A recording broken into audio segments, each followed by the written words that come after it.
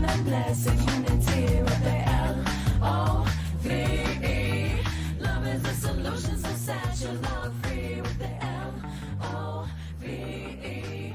Further evolution and blessed unity.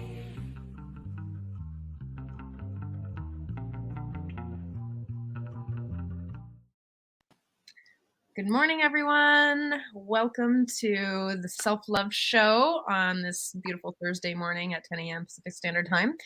And I am your host, just single host today, Trish Wright. And let's sprinkle some love to my co-host, Dawn Light, out in the world where she's at. Today, I am wildly excited to share someone that I've been not only following and admiring and just maybe like secretly stalking for a little while now. Someone who I have deep admiration for, Shawnree Nato, and who's a sensual intelligence author and guide. Hi, Shawnree. Hi. Read the description of the show and your bios so that everyone who's listening to this right now can understand what we're doing here. So in this workshop or in the show, we'll create a container to recalibrate our mind, body, heart connections, harness and reclaim the wisdom of our sensual intelligence so we can feel what it is like to move shamelessly, lovingly, and fully expressed. It has never been more important to connect to our bodies and pleasure. Shameless Self-Love Expression is an interactive embodiment workshop that helps you increase and tap into your sensual intelligence. Sensual intelligence is the artful knowledge of embodied feeling and being. Oh, yum. We will reclaim and embody the wisdom of our primal bodies, which get shamed into the shadows using movements, sounds, and embodiment play. Tap in to and listen to the body's wisdom, connect to pleasure as medicine and nourishment, explore embodied self-love and expression at a physical, emotional, and community level. So here's a little bit about Shawnree. Shawnree is, how am I saying it right? Yes. Okay. Perfect. Shawnree is the sensual intelligence and embodiment guide, teaching and inspiring people to embody their joy, pleasure, and self-love.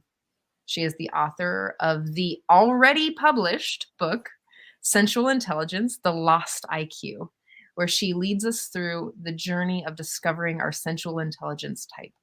She blends 15 years of dance and performance art, erotic poetry, sensual intimacy coaching, mindfulness, and nude live art modeling to connect mind, body, spirit, and pleasure. It is time to heal cycles of shame and suppression so that we can find the joy we've always desired. She believes that we can change the world starting with our relationships with our own bodies. And you can find her teachings and performances on Instagram, Shawnree Nato, at Shawnree Nato, and her website at shawnree.com, SHAWNREY.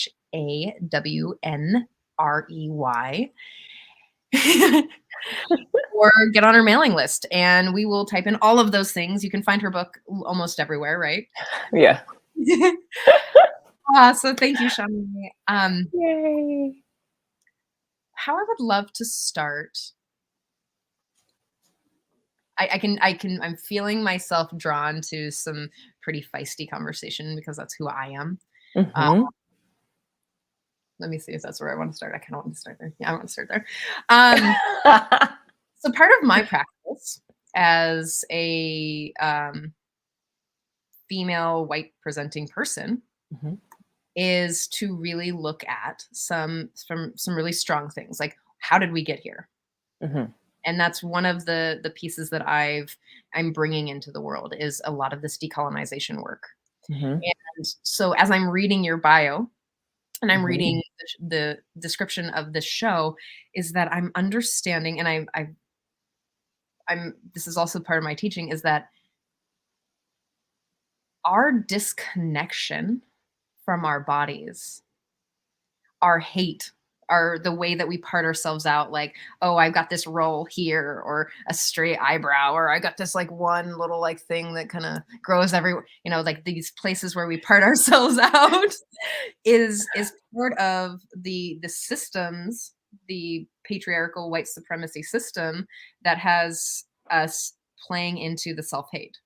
Mm-hmm. So my question for you, I know I'm not sorry, y'all, on who's watching. But this is really where it comes from. I just spent a week with people who are gorgeous, like very healthy bodies, who are deeply shamed about their Mm. bodies, deeply, deeply shamed and deeply insecure. And it fucking pains me to see how kind of like traumatized. And I'm like, wow, you're beautiful. You have this like vibrant sexuality and this gorgeous body, like in whatever shape and whatever. Who taught you that? Who taught you that? How to not love yourself? Mm-hmm. So tell me a little bit more about how you got to erotic intelligence and how you feel that this is going to change the world. Yeah, I love that so much. You brought in so many different pieces. But it's really cool is that they're all totally interconnected.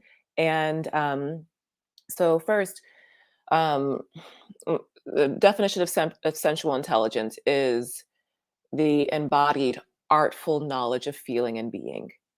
And one thing I talk about, I mean, my book is called Sensual Intelligence, The Lost IQ. And I talk about, it's called The Lost IQ because how it got lost, colonization, patriarchy, et cetera, that created systems of self-hatred, of denial and departure from the body and departure from our innate ways of being.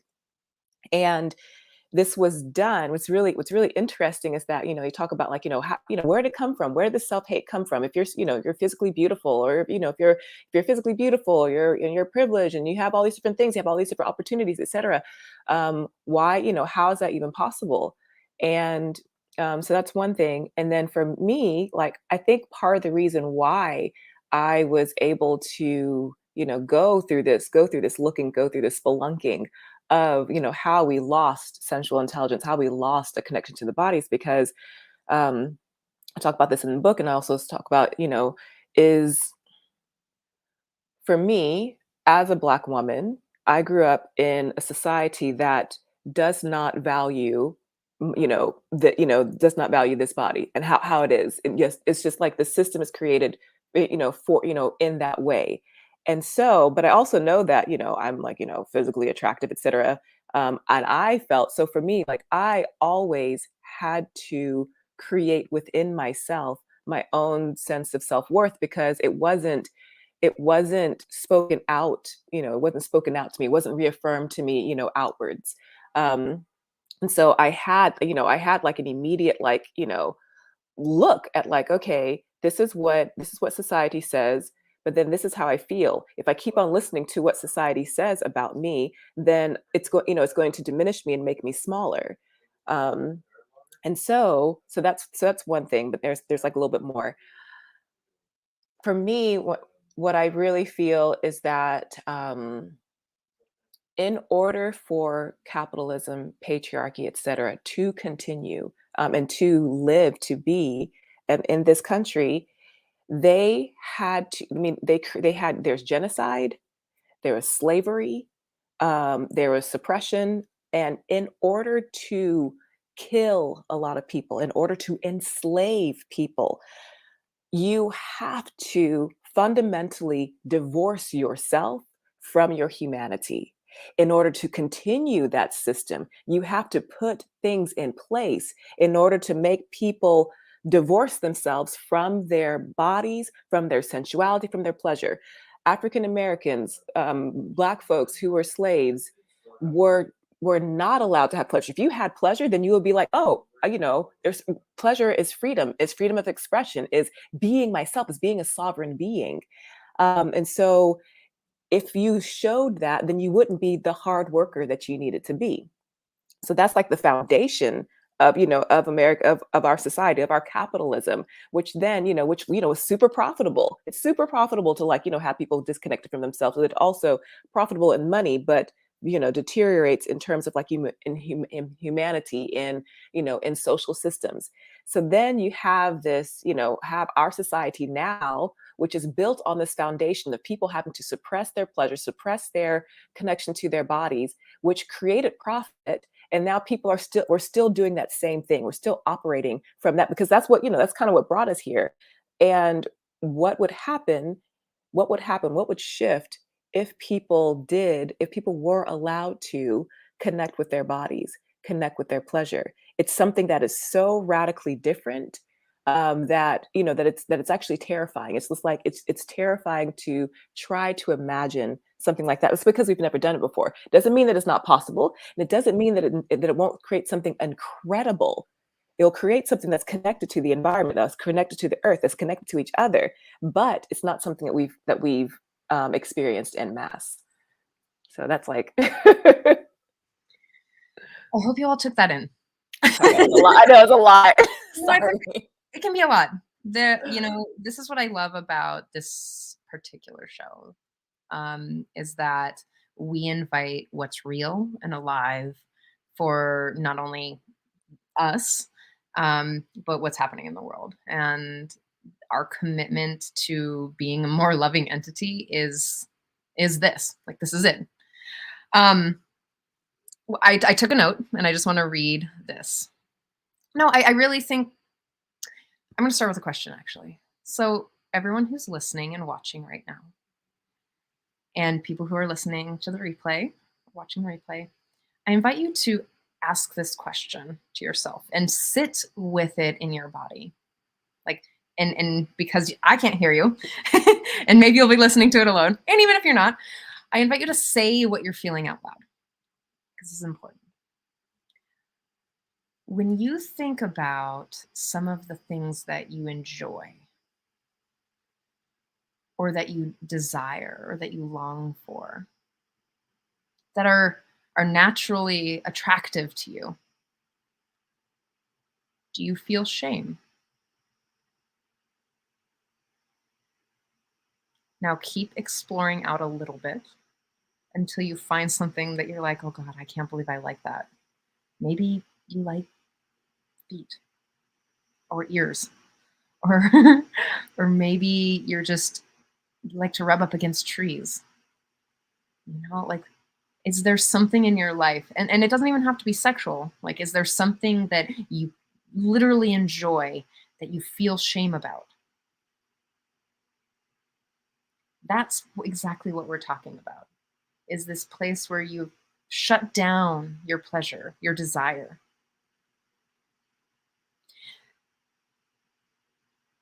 Great. So when you said divorce themselves from their humanity, so to continue to participate in this system, the most radical thing that you can do is love yourself. And not like egotistically love yourself. I'm not like, oh my God, I'm so beautiful. But like, as in like, wow, this icky part that I have literally, now that I look back, my mom had it, my grandmother had it, her grandmother had it. Like, it's a ancestral wounding. I'm, Mhm. If you look back in history, you can start to see where being a woman became a negative, Mhm. where you became property of your Mhm. husband, hence the Mhm. last name, so that he could pass his wealth and land down. He became an Mhm. ownership of the woman. Yeah. That's why you have this slut shaming piece, Mhm. where if um, if you've had multiple partners, that you are now degraded in some kind. Mhm. So when you start to look at these pieces inside of you that you judge yourself or others about, ask yourself, is it mine? Is it a social belief? How far back does it go? What is it giving you? I mean, if you want to not dissolve yourself or divorce yourself from your humanity, finding compassion for those places, being in your pleasure, like finding empathy for your desire for whatever it might be, and to build community around it. Like, these are really important pieces of embodying shameless self-love. And am I clear in saying, or sort of asking, that this idea of sensual intelligence is not about sexuality? It's about the embodiment of. So what we're taught is to disembody, to not connect to self, to not connect to feelings or sensations in the body, which forced us from our intuition. And then we're stuck. Like, there's a certain point in history. I know I'm totally going off right now. There's a certain point in history where we sort of started to value this intellectual white male perspective. Like, this is where, the philosophers and Christianity and Catholicism, like, we start to like, oh, the head became, I think therefore I am. And we started to like bow down and worship this place, which most of these thoughts and most of these places were really rooted in some dehumanizing thought processes of class, race, gender, like these systems of degradation. So when we come back into separating ourselves, when we look at that again and we're like, oh, when can we re-embody it? When can we come back into the connection? That's why I think so many people love yoga. It's like, finally find your body, even though there's some egotistical places where this like yoga has fallen into. I think that's one of the reasons why people are like, oh, yoga. I feel my body. Yeah. There's a question in there somewhere. Yeah, I mean, like, it's interesting, because like for me, like any of the classes that I've taught, like, I mean, I've taken yoga, and I'm a dancer as well. And one like that is like for me, that's like the magic phrase with anyone. It's like, I feel myself. I mean, it's just, and it's so beautiful. That's why I know, if something is lost, it's like, they the looks on their faces, and like, when they're looking at their bodies, they're feeling their bodies. It's like literal. It's a literal finding of themselves. And it is like, for me, it's like one of the most beautiful things that, that I ever get to witness in doing this work, is when someone's like, I feel myself, or I'm soft, or I'm this, or I'm that. And they're just like, it's just like this pure, essential, just innocent wonder at their own being. Yeah. Yeah. When did pleasure become not innocent? I mean, like, you know what I'm talking about? It's like, Yeah. your desire and your pleasure is so innocent in some ways. Like, you really get to the core of it. Like, that's one of the most pure, authentic places you can be innocent. Like, Shine, you are like amazing, and your smile, and I'm just magnetized to it. And when did it become consumptive? When did it become like a thing to be forced? Yeah. Ah, Yeah. And so it's interesting, you talked about earlier about, about shame. yeah, And shame is essentially internalized oppression. yes, Um, and so, you have like, there's all these different rules and things about, essentially, like, how to belong, how to be loved, how to be acceptable. And so, I mean, like, it really actually comes from something so, so simple. I mean, here we are, like these beautiful innocent beings that are just like being in the world. And we come out, we're like, everyone's like giving us love, they're taking care of us, etc. Then at some point, some point in society or whatever, it's just like, okay, you've got, you've been cared for, you've been taken care of, and now you have to, you have to do these things in order to be accepted, in order to be loved, in order to be acceptable. And any time that, if we're doing something like as children, etc., that is just natural. And then, then we're told, don't do that. That's not what boys do. That's not what girls do. That's not what good girls do. That's not what good boys do. That's not, that's not right here. There is, that's when we take in that information, and then it starts shaping us, and we do it for survival. We do it for survival. And so, I mean, like, so my heart goes out to, to all of us who are who are feeling shamed, or who are actually even feeling judgment, around other people, because it's literally, we have internalized a message that we then participated in because we needed to and wanted to survive, wanted to be Yes. accepted. We needed that. Without that, we would die. Yes. And so now that's why it's so important, for us to come back to, I talk about, this is a reclaiming. This is a reclaiming of the parts that we had to let go, that we let go, because that's how we thought that we were going to be accepted and loved. And so now, like, in this reclaiming, that is how, when we reclaim, that is when we can then pass that gift down to others. Like right now, what happened. So now we're in the reclaiming, and we do the reclaiming, and then we gift it forward, so others don't have to do so much of the reclaiming. We create a different world when we come from our reclaimed sensual selves. Yes. Mhm. Embodiment for the win. Ah! Yeah. Oh, I love this conversation. It makes me feel like I'm feeling in my chest really warm, and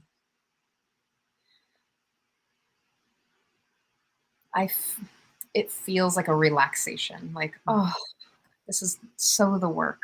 And I really truly believe in this work. I'm Gestalt. I'm a dancing Gestalt, um, certified sex coach. I do all of these things, and I'm really working with people who are severely codependent. It's one of my specialties, because I was. Mhm. And just how disconnected people are with their needs and their wants and their desires, Yeah. and the strategies Mhm. developed to get their needs met. Right. I mean, just to share vulnerably, and I invite you to share a couple pieces too, is like, what are some of the early, before you had the understanding of what it looks like to actually step into your body, Yeah. and to be honest, like honesty, like radical honesty without brutality, is Mhm. is actually one of those pieces. Is like, can I be honest and be safe? How much have we contorted? Like, no, this doesn't feel good to my body, but I'm going to say yes. How many times have you faked an orgasm, or how many times Mm. have, and some of the places that I didn't feel safe to even be in my body Mhm. around sensuality, was Mhm. around dancing, was around Mm. eating. I mean, there's a lot of things where we have literally like learned to protect ourselves. Yeah. I remember my mother saying, "Suck it in," as a child. And I was like, now Mm. I'm like, but that's my body. This is like my belly and I love it. Yeah. And it's Yeah. taken me a long time to dissolve that programming. Mhm. And Mhm. this is the importance of why sensual intelligence and embodiment and dissolving these harmful narratives, because I could say so many things. I could say Yeah. words for this, but it is harmful narratives. Is like when you actually choose Yeah. to look at the part where you're either judging yourself or others, where you're looking at it, Absolutely. you're like, here's my shadow, Yep. and I don't like the crooked tooth, or the Uh-huh. or whatever, like you name it, the thought that Mhm. I had, or this desire that I had, or Mhm. just look at it and you find yourself in compassion for it. Yeah. Oh, you want cheese on your, gosh. Hold on, hold on, hold on. On your your strawberries. It could be literally anybody. People have crazy shame stories Yeah. about Yeah. everything, and I'm like, okay. Yeah. I want cheese on my this, and I live in a community of vegans. Oh. So I mean, you just look at it and be like, that's what I want, to name Yeah. it, to name the Yep. sensation, and actually Yep. to even just naming it. That's why I had you name it. It's like Mhm. right there. I want that. Yeah. To feel that in my body, to actually express it out, to be Mhm. seen in that. Thank you. Mhm. Yeah. So important that this work is here and present and Mhm. alive. Mhm. And thank you for being Mhm. like courageous and brave and just showing up for everyone. Oh, now you're crave. Oh, wait, here's something funny. Strawberry cheesecake. Randall's amazing. Um, Mm. I'm curious about what you're a really big, fierce stand for. Like what makes you get up every day and do this work? And don't get me wrong, my thought here, because I know that my work is like I have to choose every day. It's not Mm. easy work. There's other Yeah, things that I could be doing that's way fucking easier. yeah, Now, to make sometimes I have to be like, okay, humans are good and I'm good and we're gonna keep doing the work. That it's like what's the drive and the passion and the juice for you? What yeah. keeps you getting up every day and what keeps you Mhm. pushing forward against the wind? Yeah, Yeah. yeah, yeah. For me, honestly, it's joy. Yeah. Um, it is. I mean, for me, like my own personal joy. I mean, I suffered from chronic depression for many, many years in my life. Um, and for me, joy is something that I fight for and that I fight for, that I work for, that I do things for every single day. Mm, It's not something that's just like, so that's, people are just like, oh, Shauna, you're just like, you're smiling all the time. It's just like, and that's on purpose. That is worked for. That is very, that's very conscious. And the reason why, part of the reason why is because I know how powerful it is mm. when we see others enjoy in Yes. their bodies. For me, like one of the biggest things that there are two things that happened. When I was 17 or 18, my mom and I were driving down the street. This is in Arkansas, in Little Rock, and coming towards us was this black man, and he was just walking down the street, and he had the most beautiful, incredible, beatific smile and presence about him that I've ever seen. And he would, and he, we're in Arkansas. This is like, it's a time when, where it's not, to be in the South, a black man, just like, just walking alone, it's not a thing that's like, and the kind of smile that he had and the presence that he had was such pure joy. And literally, like, he felt like an angel walking towards us, and I felt him. My mother felt him. Literally, I am like, this is 20 years later, we still talk about him, and that literal 1 to 2 seconds of seeing him fully embodied, fully enjoy, it impacted us, and it changed my life. It changed both of our lives. And so for me, I you kn for me, I know that I can be a walking banner of hope, of change, of beauty, of joy, of life for someone just by being. And so that's the reason why, and I know that every single one of us can be that, and we can be that when we are able to connect with our bodies, with our joy, with ourselves, and just be. We can change the world, but by just being. We don't have to do anything. You just literally just like be walking down the street and be hope for someone. Mhm. So that's the reason why I do it. I mean, I have to do it for myself every single day as a reminder, because I know that I could change someone's life just by being, and all of us can as well. And I want us to all be that gift. Can I share a story? A personal Yeah. it's perfect. So I went to this really highly triggering week-long workshop recently, and I've done a lot of this process work internally, and so not only have I taken this workshop before, but I've also been doing a decolonization workshop. I've taken it twice, and I'm just feeling my body all the time. And not only that, but I'm also in a embodied gestalt workshop where I dance and feel like it's all my whole life is revolving around embodiment. And Mhm. so while I was there, I can say honestly, I'm not the most, I fit into certain intersections, right? So the privileges that I hold is that I'm blonde, I'm a woman, I'm a white woman, and I've got a lot of the stereotypical beauty standard thing that happens that we're taught to like. But I also carry a little bit of weight. I'm not a thin person. why would I want to do that? Like these are all systems that I've been looking at. But so I'm really free. Like I'm really free in my body. I'm really expressive. And I'm at this week-long workshop, and there's a lot of just like in wild, beautiful yoginis, like very, very white, very thin, and very strong, and very like um, Instagram influencers type. And through the week, I don't have the shame. I don't carry the shame anymore. I don't carry the weight of this like oppressive viewpoint. So I am like, woo, like enjoying my body and doing the thing. I'm in Costa Rica. I'm having a fabulous time. My body feels good. And I'm like dancing and rolling around on the floor like an animal. I'm growling, I'm just like having fun. Like Yeah. this is gonna wear out eventually, so I'm just enjoying it while I got it.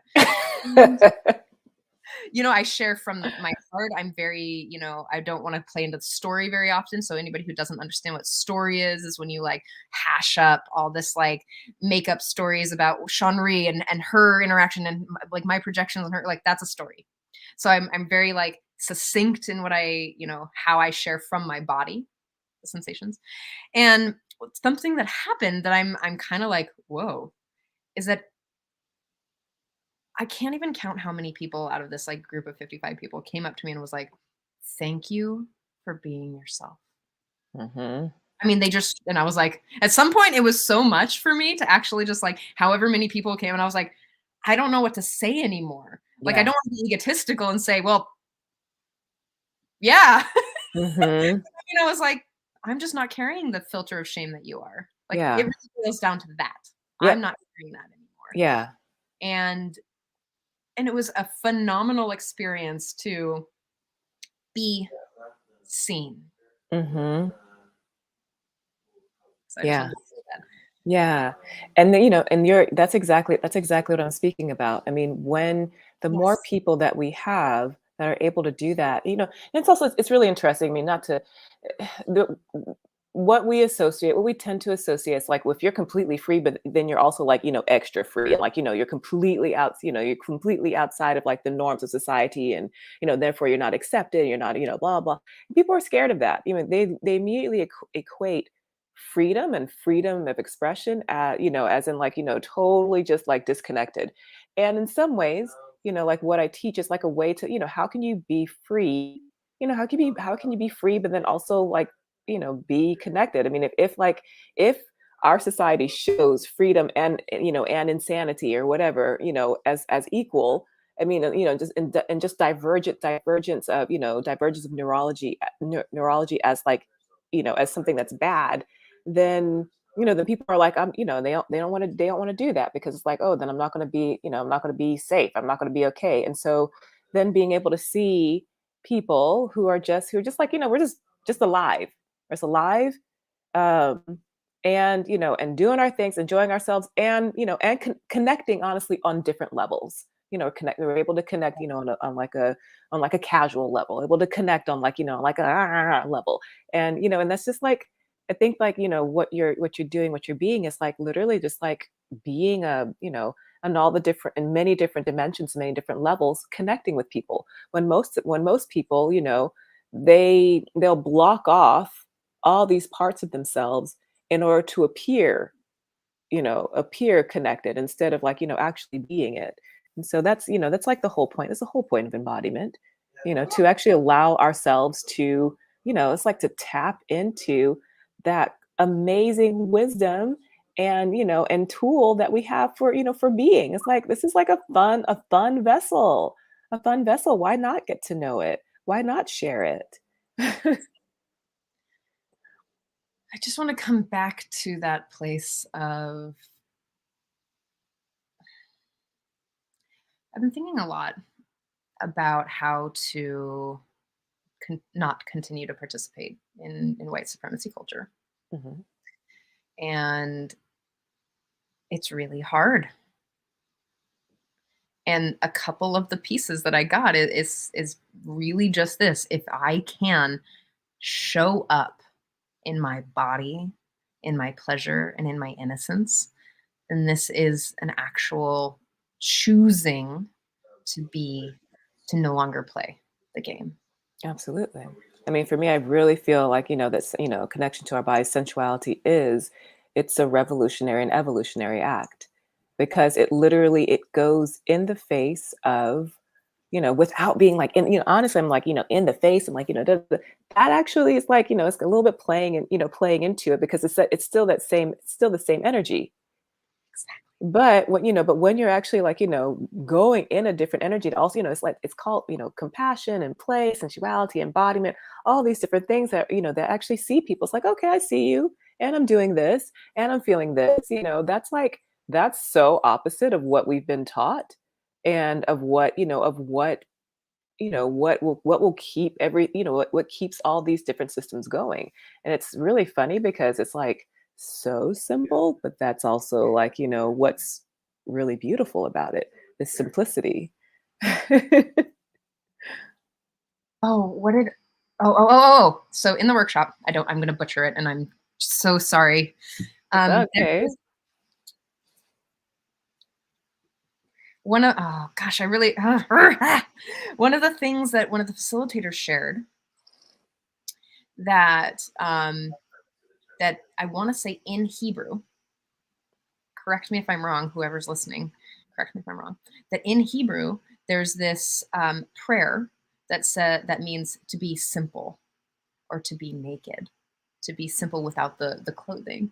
And we shared a lot of time around, if you spend any amount of time in nude resorts or like Harbin Hot Springs or places where there's a lot of people being just very free, what you start to notice is that everybody, like, I have never seen a similar body, like ever.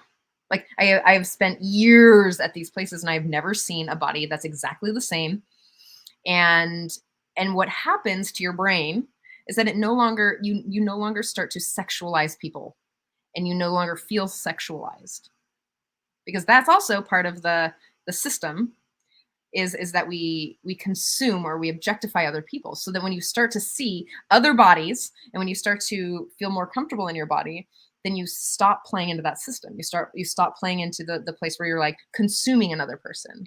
Absolutely.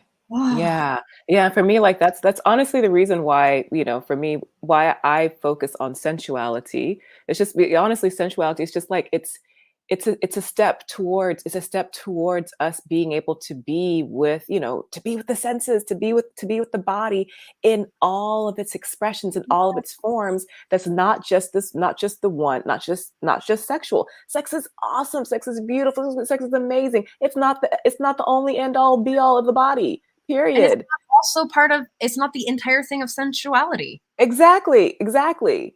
And so like so that's one thing. And then also like, totally like, going to nude Harbin Hot Springs and other places like that. That's also when I talked about in my bio, I talk about nude art modeling. I that is one of the most, that was one of the most healing things to participate in because and that's the reason why I even talk about that say that sensuality is the artful embodied, the artful embodied knowledge of feeling and being Well, because say it again. the and sensual intelligence is the artful embodied knowledge of feeling and being. Um, because art is very important because when with art is how we creatively interact with the world, how we Yes. creatively interact with ourselves. And for me, like that was so shown to me, like being an art model. I was a body, I was a naked body, and they saw all the wrinkles and the crinkles and the hairs and the things, and they were just like, oh, look at the shadow, look at this curve, look. And they loved all the different bodies. They wanted the big bodies and they wanted the old bodies. They wanted the young, like they're like, we don't want all the young bodies is because, I mean, it's like we want to be able to experience something different. And it was just such a beautiful honoring of just being a body. And then, and then taking it to the next level of like, and then how we can all be art. And sensual intelligence is like, really be, how is my body? How's this vessel, this being, an artful expression? How do I get to creatively interact with the world? How do we do this? Is to be like, really being with that smell, or really feeling the touch of this thing, or I feel like, the smell of that, like, that is like, how do you create art with your body, with your life, with who you're being, with your interactions. Can we talk a little bit about ageism for a second? Ah. Mm-hmm. So I went to this retreat. I know I'm still processing it, so Oh, yeah, da-da. thanks for being here with me. I went to this retreat with my friend who's I don't know how old he is, 60 something year old, very tall, very kind, safe, gentle, older white male. And he had a very different experience than I did. And he felt very like he had a lot of projections on him that he was the creepy grandpa. Mm-hmm. And I was deeply touched by that experience. And I was like, oh, what we do, what we do to other people, how we Right. other them, how we disembody them, how we shame them for the things that we can't. He doesn't have a choice. He's in a slowly oxidizing skin suit, just like us all. So Mm-hmm. so as we age, we start to shame ourselves in that place as well. So I'd love for Mm-hmm. you to talk about, if you want to, about the sensuality or the embodiment of an aging body. And Mm-hmm. Yeah. how, Yeah. I mean, so for me, and like, and there's, and just to be an honoring, like, I know that my experience, my experience with any bodies, aging, pregnant, otherly abled, um, different color, different, all these different things. I really, I really bring the same thing across the board of paying attention to the to sensual, paying attention to senses of that. And the reason why is because I know that I can't ever, um, especially right now, in this body right now, I can't experience, and I can't experience another kind of body. I yes. can't I can't put my words or my voice into that. And so, but for me, when I'm teaching, and when I think that the importance of, one thing that I can do, that I can share with everyone, is whatever body it is that you have. When we, let's say, like, with touch. So my body has these, let's say the things that we shame, or Mhm. that get shamed, or that get judged, or whatever. All of that is a story that has been put in front of the experience of yourself. Mhm. Sensuality is just the experience, of something.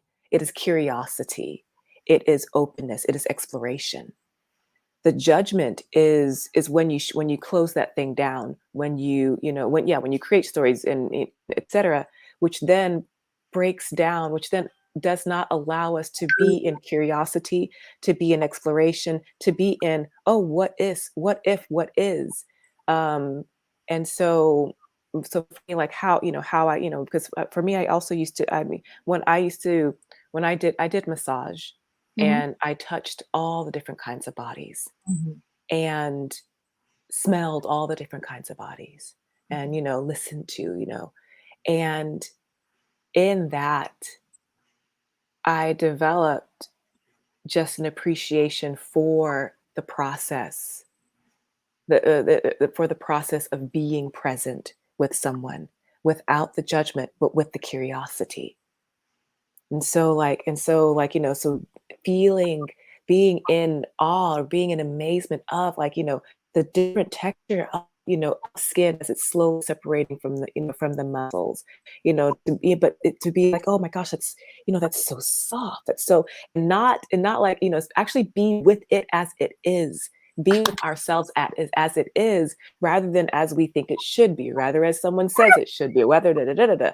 That's the beauty of sensuality. That's the beauty of it. And that's why it doesn't matter what the fuck body is, or how it look like. If you're bringing curiosity to it, and you're bringing presence to it, that is the gift. So, Thank yeah. So that's not a way to that's not a way to avoid answering that question. It's a way of like really like that literally is the process. And I feel like that's part of why, why when we go into spaces, anyone goes into spaces and has like, like ageism, et cetera, it's because they're literally, we have not opened ourselves to curiosity. We haven't opened ourselves to actually being with something as it is. Shanri, my definition of love, because I really had to do a lot of exploration and dissolve what I thought was love, which is also, I mean, just think about whoever's watching and listening, what's your definition of love? And so what I've learned is that a lot of cultures believe that love is sacrifice. And I was like, is that true? That's how we get into a codependent society. I mean, one of the many reasons. And I was like, what is love? Like for me, and this is my definition. Everyone has their own definition, but for me, is the radical acceptance of what is. Can I be with you and love you? I love you. And just radically accept you in the moment. You are a human being. You've got all the things. And if I love you deep enough, if I love you openly enough, you will likely trigger the shit out of me. And I invite that because I know that it's not you. It's me, that I'm still hurting and harming with things that aren't even mine. Can I radically accept you? And can I radically accept me? So I'd love to hear a little bit about what you wanted to share with our people. Yeah. Okay. Well, so one thing, you already did so many beautiful things with it, but with shameless self-love, I just want to say this really quickly that shame shame like literally like warps and turns and like like moves our bodies in ways in order to fix it, in order to shape it into into what we think that we need to have or what we think that the world says we should be. And this today is like going to be like a really short exploration of what it will be like to actually be in shameless self-love. So before I do that, I just want to read something really quickly that I wrote in my book.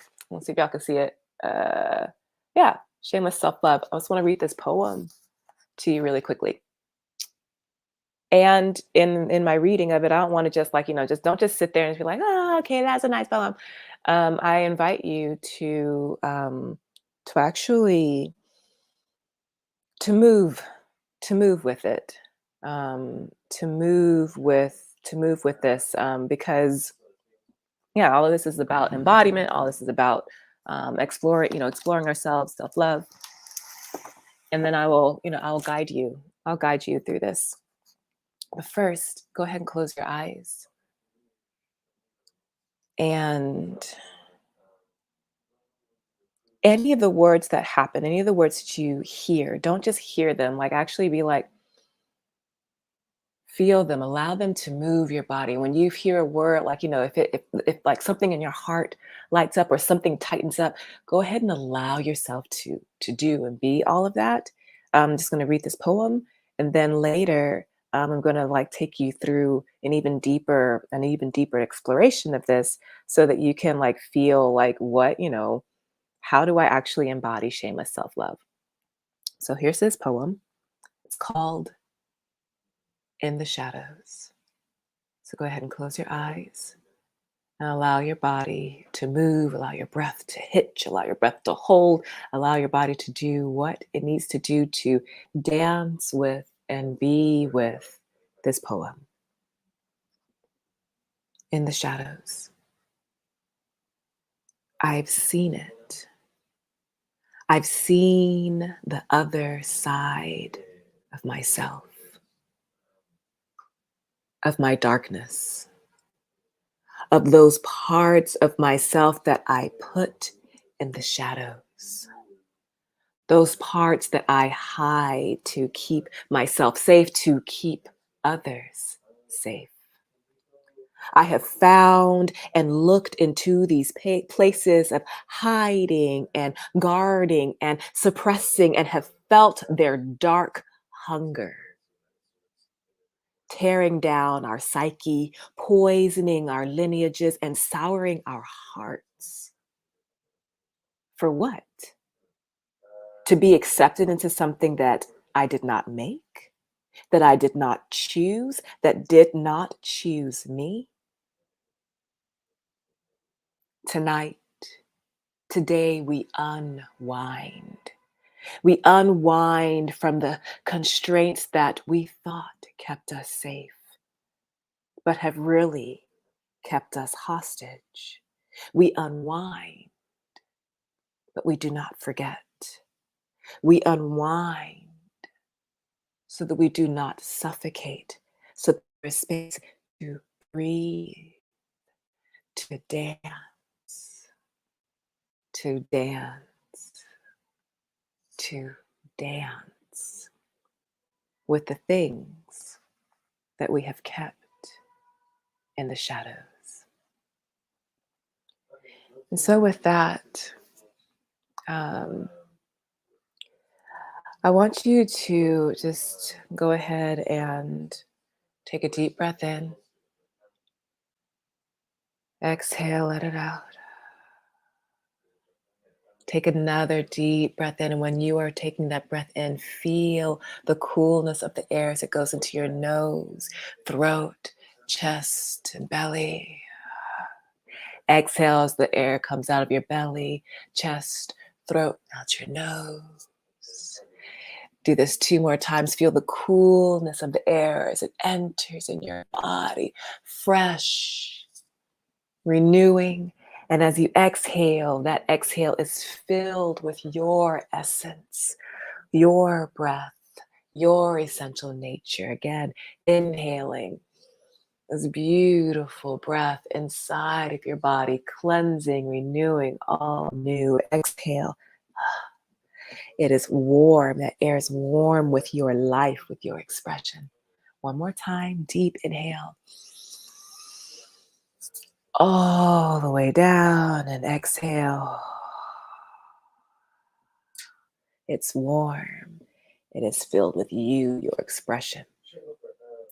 And so now, after doing this breath, we're thinking about shame again, like how shame, crunches your body in certain ways because it's making your natural expression have to fit into certain things. So think about something that you have felt shame around. I could share about something for me that I had gone through. Um, I felt shame. I felt a lot of shame around having herpes. It was something that, like the whole, I share this because it is something that's, at least in America, very much is a lot of shit that's said about it. And so what ended up happening to me is that I felt like I was unlovable, that I was unwanted. And this literally showed up in every part of my life. It showed up in work. It showed up in relationship. It showed up in my self-expression because I had this story about myself as being unworthy of love. And so I created myself, my body, my interactions with people as oh, please, oh, please, sir, ma'am, person, I'm unworthy. So can you please, can you please love me even though I'm not worthy? And that's how I was in the world for others and for myself. So what is that thing that is, that you feel shamed around? And you'll know it because it'll make it's you can feel it in your body. So same thing I said, whatever is suffocating, whatever it is that you feel like you need to hide. And what we're going to be doing with that is I'm going to lead you through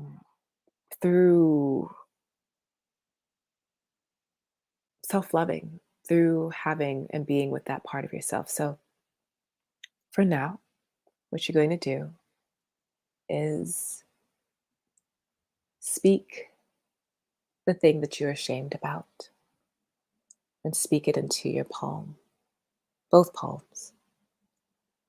Whisper it here.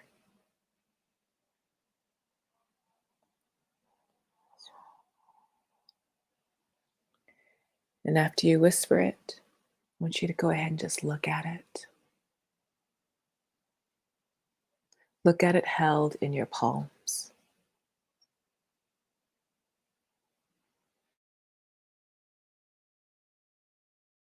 Then to you, to your life, to your relationships.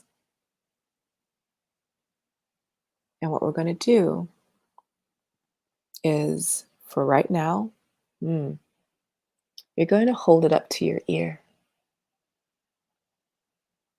Well, actually, first you're going to ask it. You're going to say, what is it that you need? What is it that you want? What is it that you feel? Ask one of those questions, and it could be, it could be any. What is it that you that you feel? What is it that you want? What is it that you need? Need, want, feel. You can ask all three of those questions, or you can just ask one. Ask it. Ask it. Ask it like, holding this thing, holding this piece of shame, holding this part of you as if it is a child, as if it is a baby, as if it is something that is precious. Because in actuality, it is something that is precious. Because it is something that is somehow or another a part of you, that something has happened so that it just got taken out, taken away, and made to feel weird, to not feel accepted or loved, and to just like, it's just like this alone part of yourself. And so we're just going to speak to it, hold it, ask it, what do you need? What do you want? What do you feel? Hold it up to your ear and listen.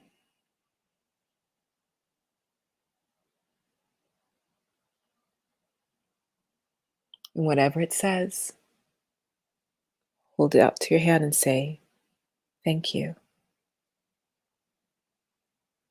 And if it needs to say more, hold it back up. And again, say thank you. So now what you're going to do is you're going to take that part, and you're going to just hold it up to your heart, hold it there, and say, I see you, I feel you, I hear you.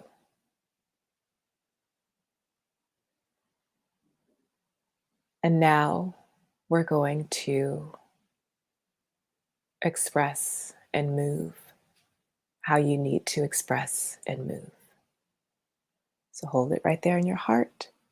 Let it go inside of your heart. It's just going to be right there. And we're going to go through some movement to express, be, feel with our bodies, with that part, with that shamed part of ourselves right here in our hearts. So with that, let's go to the next step. So one thing that happens is, I'm going to take these earplugs off. Hopefully you can still hear me. So one thing that happens is shame will will shift and move our bodies in certain positions. And that thing that you just put in your heart, but without being connected to it, is that it has shaped your body in a certain way. It shapes your voice, it shapes your sound. So what we're going to be doing, like what sensuality and sensual intelligence is all about, things that are all about being simple and being with the simplistic thing, being with the simplistic nature of things. And so what we're going to do is go ahead and stand up. Stand up. And we're standing up in order to really feel our bodies on the ground. I wish I could back it up so you can see me better. So you just really feel your body here and present. See me now? Yes, it's better. So stand up on the ground. Feel your feet on the ground.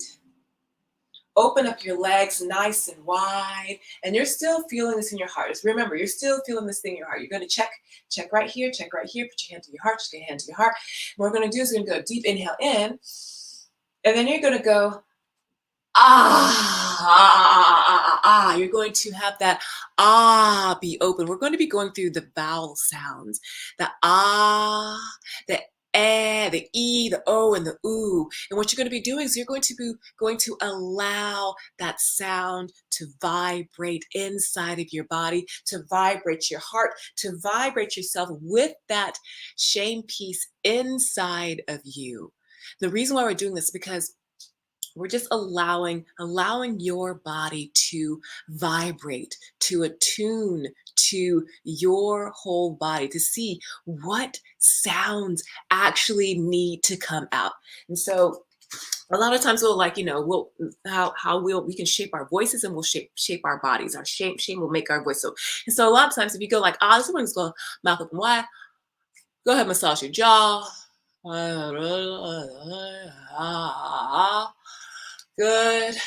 And knowing that the movement and dexterity of the jaw is similar and connected to the movement and the dexterity of the hips and the genitals. So if your jaw is tight, then likely, the hips are tight, the yoni is tight, the ass is tight. And so you have like this tightened channel of not expressing. And so what we're going to be doing is opening the mouth, making sure you give yourself this nice but also feeling that right here, also feeling that down in your hips, down in your genitals, down in your ass. We're going to do that sound just like that 2 more times. But then after that, let's just go ahead and inhale in.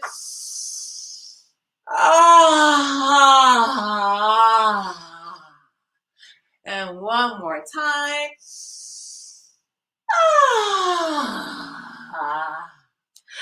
Okay, so now we're going to add a little bit to it.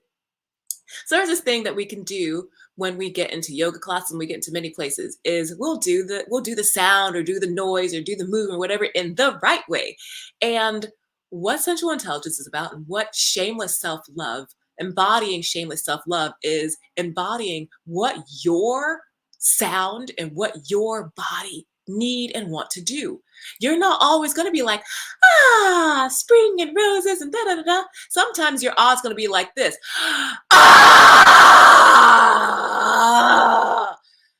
And that is perfect.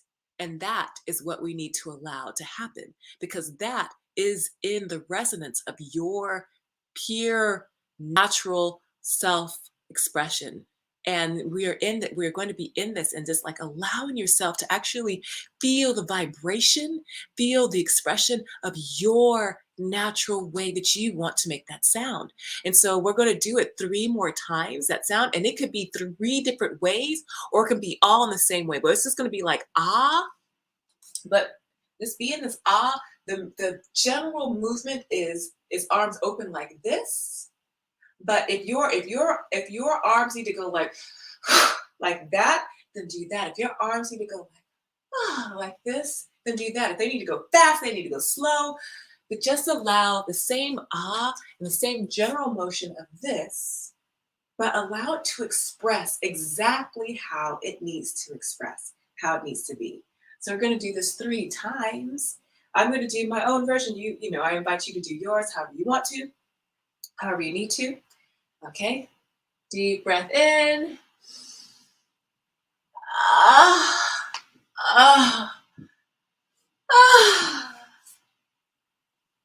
Another breath in.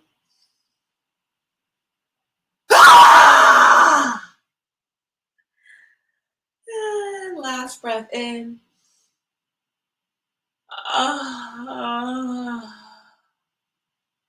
Good. And now next we're going to go to the next vowel sound.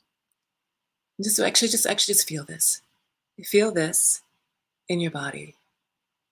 What does it feel like?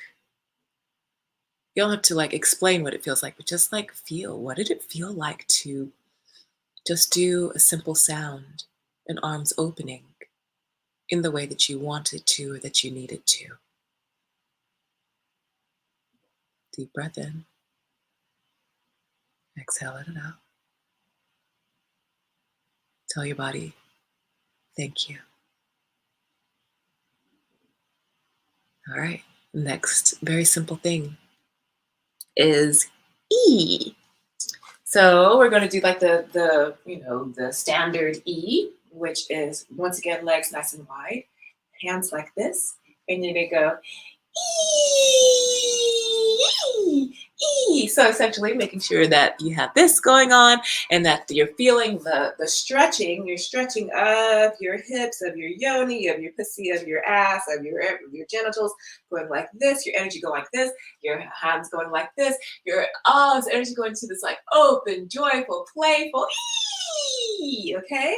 We're going to do this 2 times together, and then you're going to do it 3 times in the way that you need to, whatever ends up coming out for you. So first 2 times all together, deep inhale. E.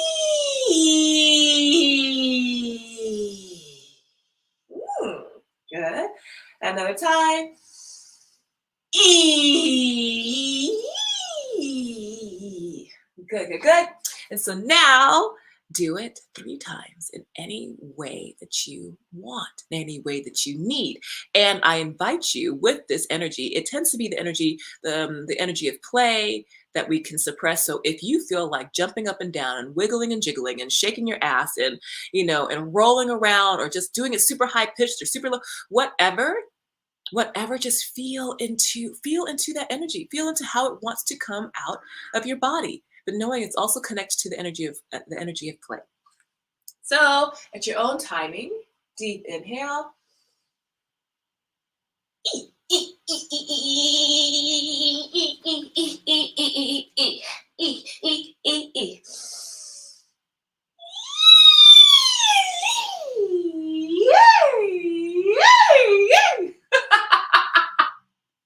Just let whatever needs to happen, let it happen. And last time, you can have it be any way that you like it.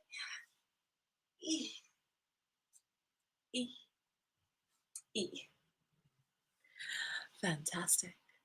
Take a deep breath in. Exhale, let it out. We've gone through ah. Go ahead and let your mouth go. Ah. And we've gone through E. Let your mouth go. E. Now we're going to go to O. O. And the body movement for O is, once again, legs open nice and wide. Arms are going to go like this in a big open embrace. Curve your spine. Oh.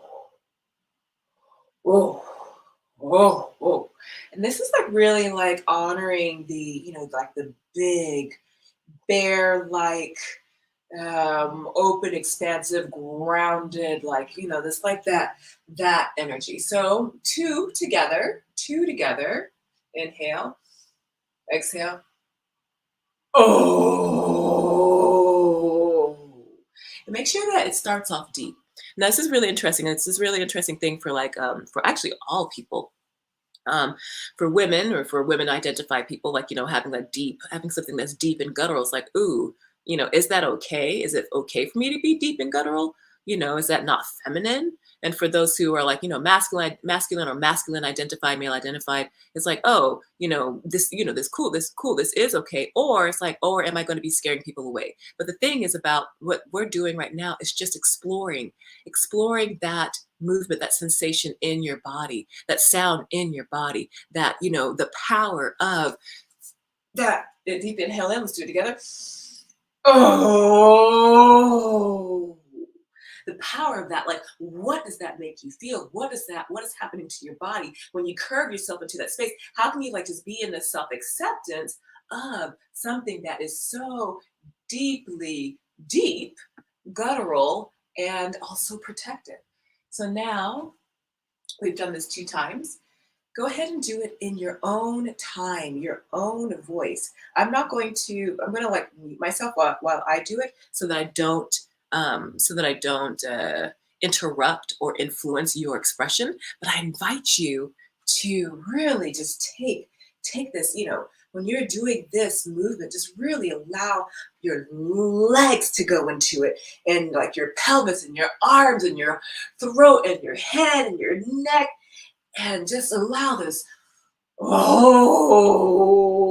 who knows what happens with this, whether it is mourning, whether it is power, whether it is, whether it's deep expressing, right? Deep expression, I don't know what it is, but there's something that in this vowel sound, something so simple, allowing your body to also curve into that is some kind of medicine that that we often will not allow ourselves to go into fully because we're trying to make it look pretty. We're not trying to make anything look pretty. You're giving yourself permission, you're giving yourself chance to be in exploration and shameless self-expression, embodiment of yourself.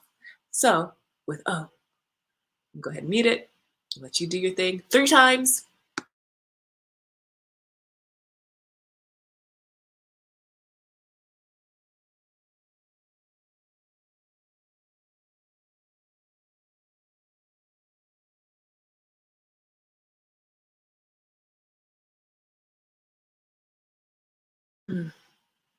So mine were actually like kind of sorrowful. I mean, I will share them. One was like, oh, oh, oh, oh, oh, oh, oh. And then the other one was just like, oh.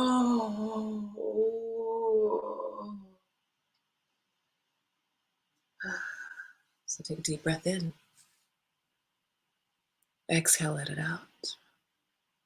Feel your heart, feel your body. What are you noticing? Finally, we're going to do the vowel sound of ooh. Again, open your legs nice and wide. And the movement with this one is you can do like this, but just like ooh. So with this one, it is making sure that you're connected to your hips, to your genitals.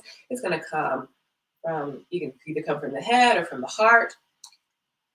Ooh, ooh, ooh. Allow yourself to move your hips all the way from the heart or the head down, down, down. Ooh, ooh, ooh. Good. And so now you're going to do that. And so that's like really connecting to like this, like a primal yum, a primal, it's a primal bliss, ecstasy, but like just like that really deep pleasure center. And we're going to do is three rounds of that. Allow it to move you where it needs to move. Allow it that ooh to like curve your lips and go through your throat and feel that ooh energy move through your entire body. And if it takes you down to the floor, let it take you down to the floor. If it takes you to standing, let it take you to standing. But just take a deep breath in. Exhale. Ooh, ooh, ooh. Deep breath in. Ooh, ooh, ooh, ooh, ooh, ooh, ooh, ooh. And last time, deep breath in. Let out the ooh. Express it how it needs to be expressed.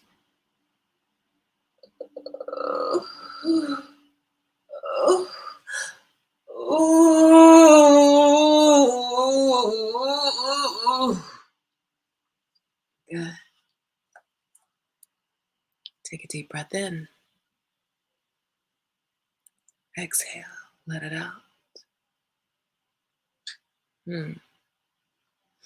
So now I would normally do it. I actually normally would play music, but because I'm not sure about the copyright, everything with the music, where I'm going to find some music, and what I will do is put your hand back on your heart.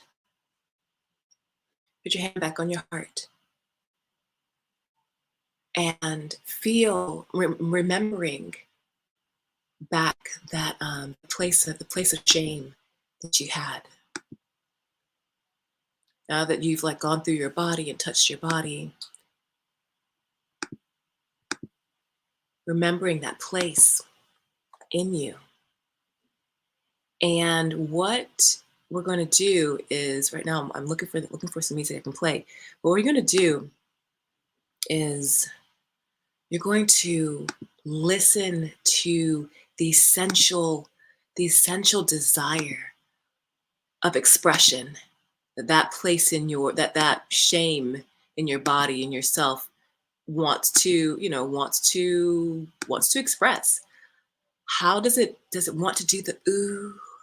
Does it want to do the ah? Does it want to do the oh?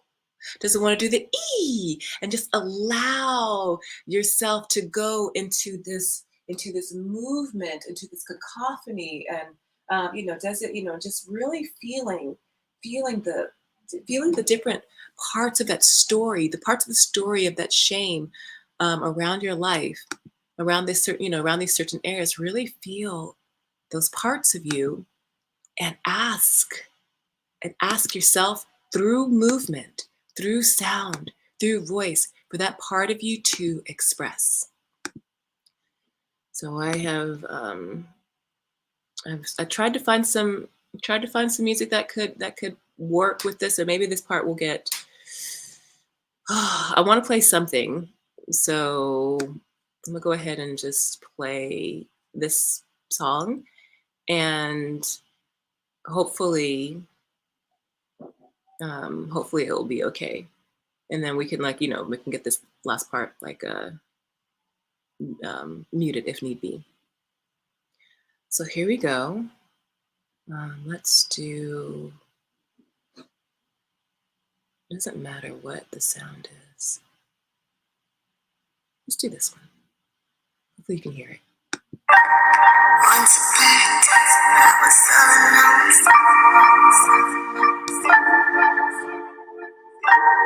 How you like me now? Do I turn you on?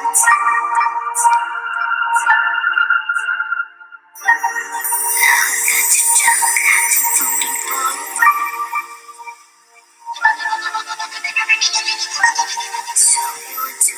So what you're gonna do is you're going to just allow your body to move. Do the ah, the o, the e, the oohs with that part. Dance with that part of you. Be in stillness when it needs to be in stillness. Be in the ah, o, ooh, e when it needs to be in all those different things. We're gonna do this for this entire song. Dance with that part of yourself, okay? How you like me now? Do I turn you on?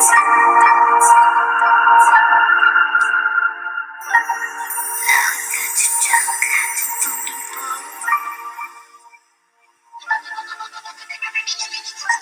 So you want to walk, get what you want.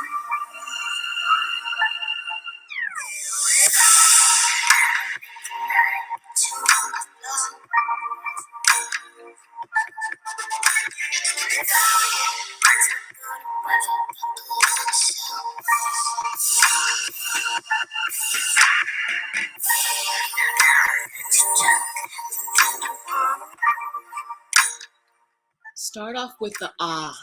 Start off with the ah, and let the ah, see if the ah needs to go fast, if it needs to go slow, if it needs to go softly. Just do your ah.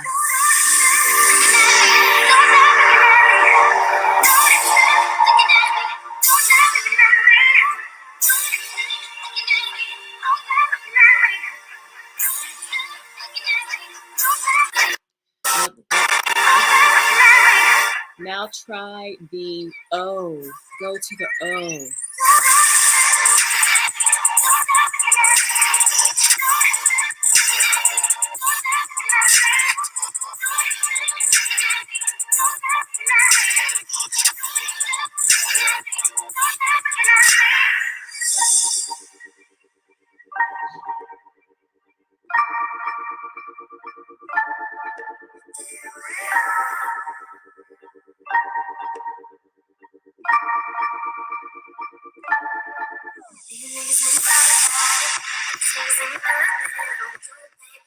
feel into your E. How does your E, does your body, or does that part of your life, that part of your shame need to express E? Does it need to express playfulness? Does it need to like get it out? Do it fast, do it slow, do it open, do it closed. Explore the E.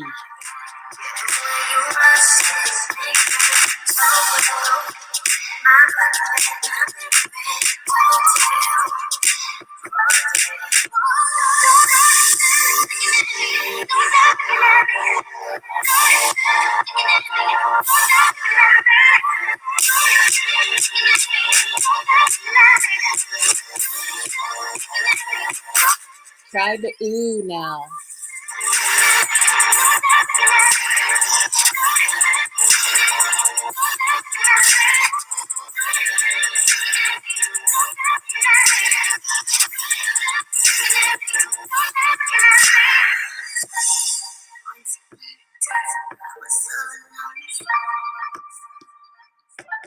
Get deep with your ooh, and then for the last minute of the song, just let your body express exactly how it needs to express.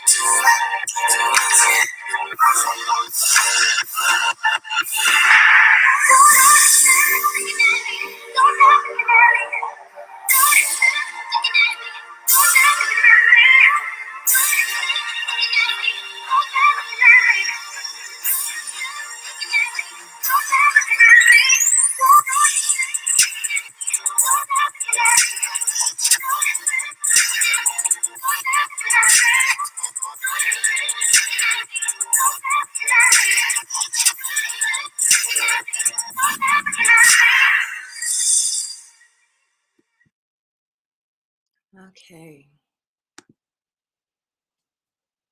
Good. Now, wherever you are, again, take a deep breath in.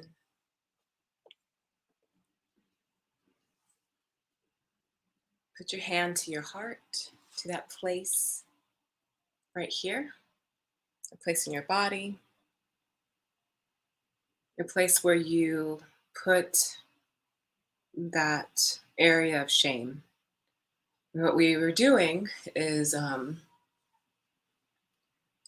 allowing our bodies to express freely, as free as we could, with acknowledging that part of ourselves.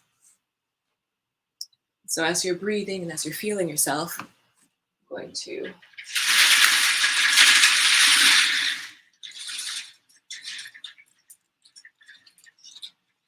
okay, that's better.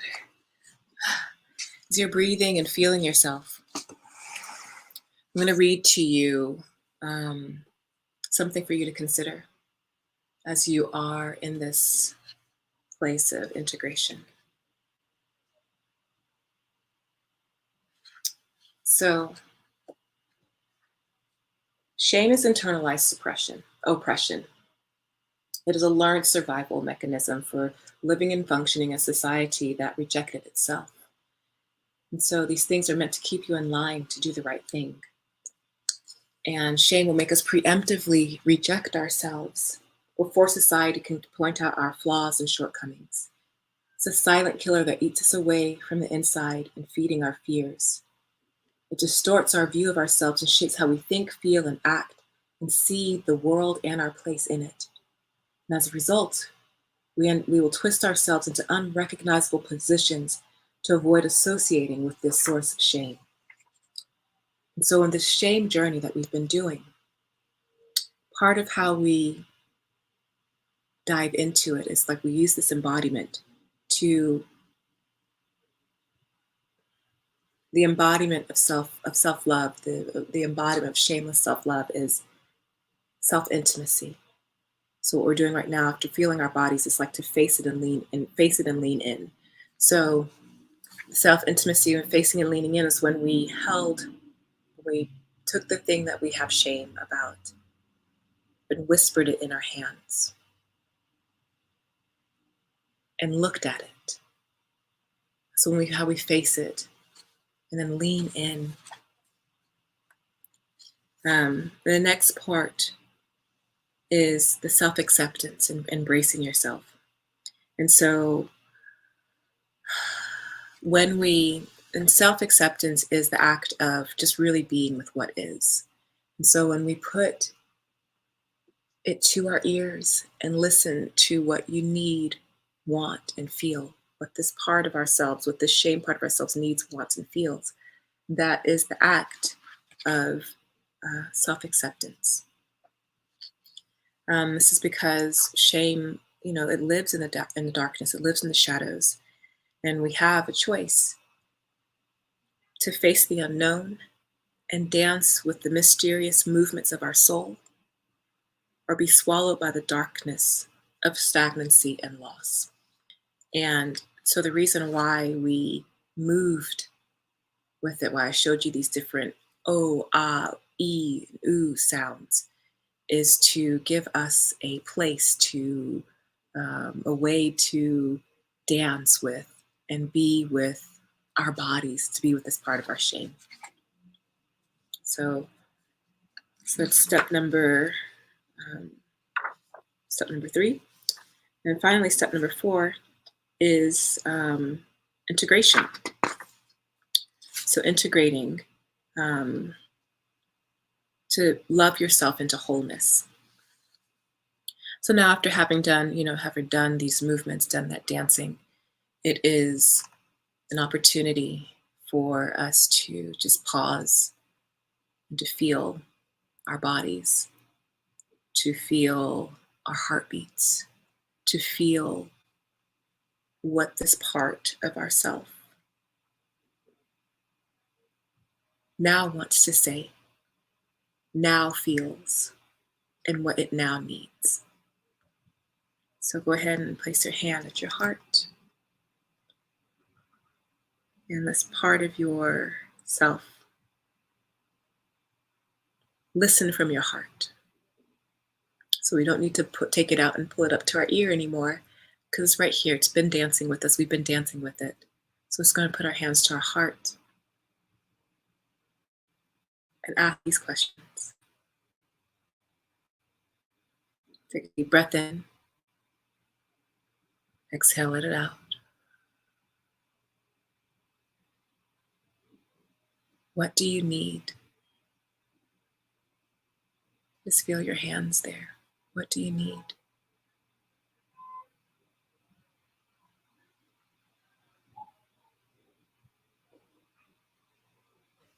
What do you want?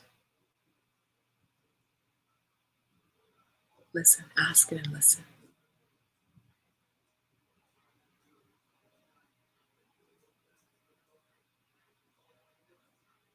What do you feel?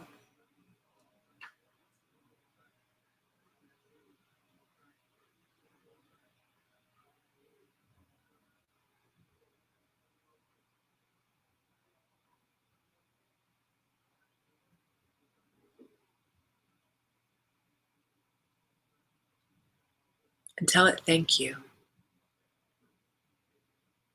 Tell that part of yourself, thank you. Thank you for that message.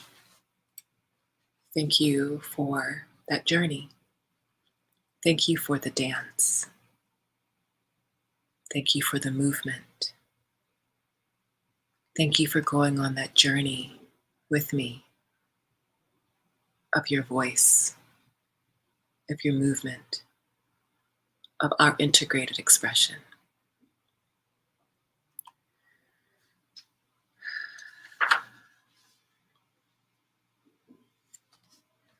So the next thing we're going to be doing is we're going to do a little bit more embodiment, a little bit more embodiment work And then, I'm going to teach you a poem. I'm going to teach you a poem, an embodied poem. And this is like more of to bring up, we're going to bring up the energy, like this, like, like this, loving acceptance of ourselves. And then our final thing is going to be like this really yummy, peaceful, softly integrating thing. So something else I have in the book. Let me see. I'm so loving what you're teaching right now. Yay. Okay. So can I make a request? Oh, absolutely. That we pause here to Absolutely. invite you back. Yeah. So if you want more of Shawnree, you Oh, can find her. yeah. It's all good. I'm so sorry. I got off the time. Oh, I'm so sorry about that. No, it's okay. Oh, we love going over, and we want more of you. Yeah. Thank you for stopping me. I'm so sorry about that. No. Don't. There's no sorries. Today I scheduled something that I need to drive half an hour for, or I would sit here and Yeah. All good. and I was also just like, oh, I love you and I want more, and I'm like, Oh, you're so sweet. and I was like, oh, how come I scheduled something? My bad. Yeah. And this is a great place for everyone who's like still listening and watching, are like, sorry everyone. Well, which is a great loving teaser to go find her on her website at shawnree.com, and to find you, find your book, because now I'm also like, how do I find time? Yeah, you can find it on Amazon, and you can find it on our website, and I linked them in. And if you want to know your sensual intelligence type, you really should go to this next link that I just posted in. Yeah, I'm totally leaning in, and I'm like, oh my God, how do I spend time with you in person? Very similar. Yeah. Like when you were talking, I was like, oh, okay, cool. Oh, just really quickly, but with the quiz, I know people don't have a lot of time. The quiz is super quick, and at the end, I email you a reading guide for your sensual intelligence type, which highlights certain chapters in the book. And so that means you can, you can read the book. You can read like your particular chapters in like 15 minutes instead of. I invite people to read the whole book, of course, but I also get it. And so if you do that, then you can be like, oh, here's a sensual poem that I suggest, and here's like a couple, probably 2 or 3 chapters in the book that I'm like, hey, get to know your type. Here's some things that you can really do to, like, to nourish that part of you more. Yeah. Will you forgive me? No. Yeah. All good. Oh, I've had so much fun with you today, and I was like, oh, see, you can find her there. Thank you. Oh no, now I have to click it off. Oh, thank you so much, and you were wonderful, embodied, just stunning human, and I'm glad that we had you back on, because we had some crunchy internet. Oh my gosh, yeah, internet is like kaput. And yeah, they were like, oh no, like Dawn was like, oh, and Scott, he was like, what happened? I know. Yeah, it was out for hours, like out of nowhere. So yeah. You know what? Sometimes what I think is that, especially when it's deep work, the universe or the field or whatever you want to call it often gives us the chunks that we need in the moment. It just gives us enough to bite on so we can process it, and then we can lean back in. And I'm so happy to promote your book and your work, and I'm just so grateful that you're doing the sensuality work and the embodiment work. This is incredibly necessary. Thank you so much for your time. Thank you too. Thank you. So beautiful. Yay. A big shout out. Yes, Randall, the internet cannot handle depth. It's true. It shakes some shit up and was like, ah! That's why you freeze. You're like, ah. Big shout out to Sign Network for running us out, and Global Peace Tribe, as well as The Awakening World and Scott Katamas. Thank you so much. We love you, and thank you for supporting us. And we will see you Thursday morning next week for something really wonderful. Check us out. Bye.